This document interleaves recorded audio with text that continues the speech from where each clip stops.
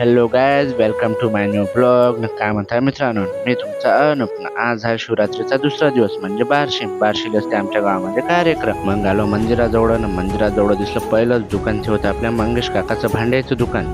तुम्हाला भांडे लागत असेल 100 रुपयामध्ये तर तुम्ही त्यांच्या दुकानातून किंवा घरून घेऊन जाऊ शकता रे बा. अंदर जातात खूप सारे दुकानं लागले होते. आता मी घुमतो यात्रा, तर तुम्ही एक काम करून घ्या रे बा, मला करा तुम्ही फॉलो. मी खूपदा व्हिडिओ मध्ये म्हणतो फॉलो करा पण तुम्ही काही मला फॉलो करतच नाही. पण आता असं जमणार नाही रे बा, आता करूनच घ्या फॉलो. आज होता बारस आणि बारसच्या दिवशी खूप सारे लोक पण आले होते, कारण इथं असते महाप्रसादाचा कार्यक्रम. जे लोक उपास करतात ते इथे येऊन उपास पण सोडतात रे बा.